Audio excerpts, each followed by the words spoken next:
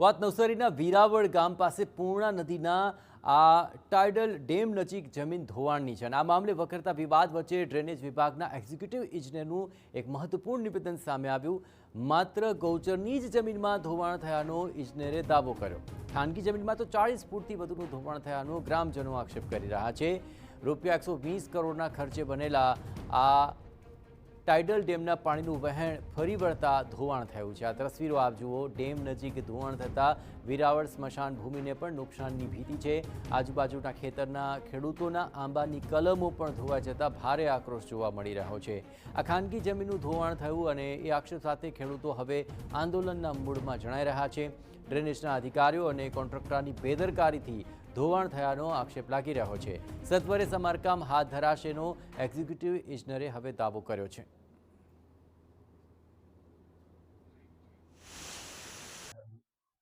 એ જ્યાંથી આપણે 30-40 મીટરનો જે પોર્શન જે છે તે એપ્રોચ રોડ માટે રાખેલો પૂર્ણા ડેમની કામગીરી માટે, તો ત્યાં પથ્થરનું પિચિંગ નહીં કરેલું, માટીપાળો હતો, એટલે ત્યાંથી ઓવરટોપ થવાના કારણે રેતીનું ત્યાં ઇરોઝન થયેલું છે। કેટલી જમીનોનું ધોવાણ થયું છે? હાલ તો ત્યાં પાણી જે ભરેલું છે તે ગૌચરની જમીન છે। હાલ કોઈ ખાનગી જમીનમાં હાલ તો કોઈ ધોવાણ અત્યારે સવાર સુધી જણાયેલ નથી। આ સમગ્ર ઘટનાની વાત કરીએ તો નવસારીમાં પૂર્ણા નદીમાં આવેલા પૂર બાદ 4 વર્ષથી ચાલતા 120 કરોડના ખર્ચે નિર્માણાધીન ટાઇડલ ડેમ નજીક નદીનું વહેણ અચાનક જ બદલાઈ ગયું। વહેણ બદલાવાને કારણે કસ્બા અને વીરાવળ ગામના ખેડૂતોની જમીનનું મોટા પાયે ધોવાણ થઈ રહ્યું છે અને તેને લઈને સ્થાનિક લોકો અને ખેડૂતોમાં તંત્ર સામે ભારે આક્રોશ છે।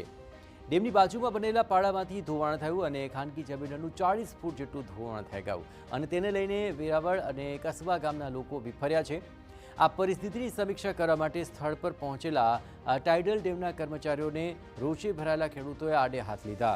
ખેડૂતોએ આક્ષેપ લગાવ્યો કે કોન્ટ્રાક્ટરની આ ગંભીર બેદરકારી છે, બાંધકામમાં યોગ્ય ધ્યાન નથી આપ્યું અને તેને જ કારણે આ પરિસ્થિતિનું નિર્માણ થઈ ગયું છે। નવસારી શહેર નજીકથી વહેતી પૂર્ણા નદીનું વહેણ બદલાઈ જતા લોકોમાં આક્રોશની લાગણી વ્યાપી છે। આજુબાજુની જમીનોમાં ધોવાણની શરૂઆત થવાના કારણે લોકો આક્રોશ વ્યક્ત કરી રહ્યા છે। મારી પાછળ હું તમને દ્રશ્યો બતાવવાની કોશિશ કરીશ। આજે દ્રશ્યો દેખાઈ રહ્યા છે એ પૂર્ણા નદી છે। પૂર્ણા નદી પર ટાઇડલ ડેમ બનાવવાની શરૂઆત કરવામાં આવી છે। 2022માં એનું જે ખાતમુહૂર્ત કરવામાં આવ્યું હતું અને ખાતમુહૂર્તને પગલે હવે 2025માં એની સમયાવધિ પૂર્ણ થઈ છે, પરંતુ હજુ ટાઇડલ ડેમ પૂર્ણ થઈ શક્યો નથી। સમગ્ર નદી કિનારે જે રીતે પથ્થરની જે કંઈક વોલ બનાવવાની તે બનાવી ન હોવાના કારણે આ પ્રકારની ઘટના ઘટી છે અને જેને લઈને લોકોની જે કંઈક જમીન છે એનું ધોવાણ થઈ રહ્યું છે। આજે દ્રશ્યો દેખાઈ રહ્યા છે પૂર્ણા નદી છે। પૂર્ણા નદી એ ગંભીર સ્વરૂપ ધારણ કરતી હોય છે। દર વર્ષે આ પ્રકારના દ્રશ્યો નિર્માણ થતા હોય છે, જેને પગલે આજે કંઈક ધોવાણ થયું છે એને લઈને લોકોમાં આક્રોશની લાગણી આપી છે। ગામના લોકો છે જેમનું ધોવાણ થયું છે એમની સાથે વાત કરીશું। રાજુભાઈ, કેવા પ્રકારનું ધોવાણ થયું છે, શું સ્થિતિ છે? જ્યારે આ ડેમ બનવાની શરૂઆત થઈ અને જે આ પારો બનાવ્યો છે એ એકચ્યુઅલી પારો તૂટી ગયો છે। પારો તૂટીને ડાયરેક્ટ ડેમની જગ્યા રહી ગયો અને વહેણ નદી આ બાજુમાંથી ચાલુ થઈ ગયું, જેના લીધે અમારે જમીનનું ધોવાણ ચાલુ થઈ ગયું છે। ભારે નુકસાન પણ થયું છે, પણ અમારી કલેક્ટરશ્રી સાથે કાલે વાત થઈ છે, એમણે સંતોષકારક જવાબ આપ્યો છે કે ભાઈ તમારી જેવી કંઈ પરિસ્થિતિ હશે અથવા અમારી જમીન સંપાદનમાં લઈ લઈશું, તમને જે કંઈ નુકસાની થશે એ નુકસાની આપી દઈશું। એટલા માટે અમે હવે પછી આગળની કાર્યવાહી એમને કામ કરવાની મંજૂરી આપી દીધી છે અને હવે અમને શાંતિ છે થોડી કે એમણે બાંહેધરી આપી છે કે અમે જોઈ દઈશું। તમારી જમીનમાં કેટલું ધોવાણ થયું છે, શું સ્થિતિ છે? જમીનમાંની 2 થી 3 વીઘા જેટલી જમીન અમારી ધોવાણમાં ગઈ છે। શેરડીનો પાક કર્યો છે, શેરડીનો પાક બી થોડો ધોવાઈ ગયો છે અને અમારે જે જમીન છે ડેમને ટચમાં જ આવે છે અને અમને વારંવાર અમને રજૂઆત બી કરી હતી કે તમે આ લેવલ કરો છો એ બધું બરાબર વ્યવસ્થિત કરો કે જે અમને નુકસાન નહીં થાય એ રીતના અમે રજૂઆત કરી હતી। હવે તો બી કંઈ વાંધો નહીં, જે થયું તે હવે થયું છે, પણ અમે કલેક્ટર સાહેબશ્રીને કાલે નિવેદન કર્યું છે કે અમને જેમ બને તેમ જલ્દીથી રાહત કરી આપે કે જે આ પાણી બંધ થાય અને આગળથી જે રીતના રસ્તો થાય એ રીતના તમે અમને કરી આપો એવી અમે બાંહેધરી અમને પાસે માંગીએ છીએ।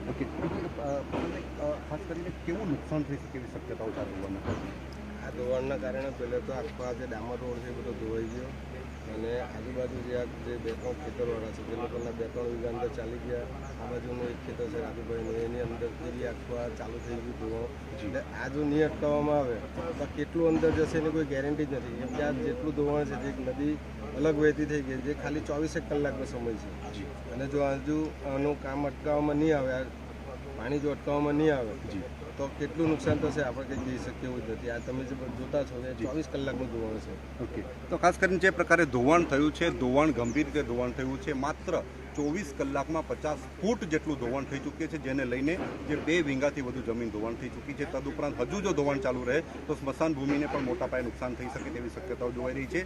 કોન્ટ્રાક્ટર દ્વારા જે પ્રકારે બેદરકારી દાખવવામાં આવી છે, બેદરકારીના પગલે લોકોમાં આક્રોશની લાગણી છે અને કલેક્ટર શ્રી તથા ડ્રેનેજ વિભાગ યોગ્ય કાર્યવાહી કરે અને વહેલામાં વહેલી તકે કાર્યવાહી કરે, જેથી ધોવાણ થતું અટકે અને લોકોની જે કંઈક જમીન છે, કિંમતી જમીન છે, ધોવાથી બચે. ગામી TV 9 નવસારી.